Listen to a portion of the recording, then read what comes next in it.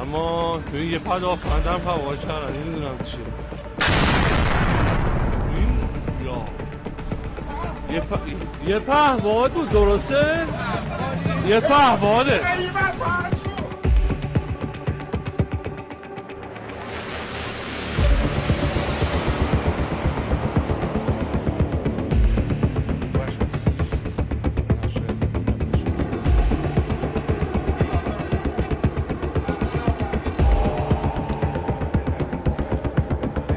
دشمنان ملت ایران برای ناامن سازی جمهوری اسلامی ایران و ناامن سازی کشورمون انجام دادن.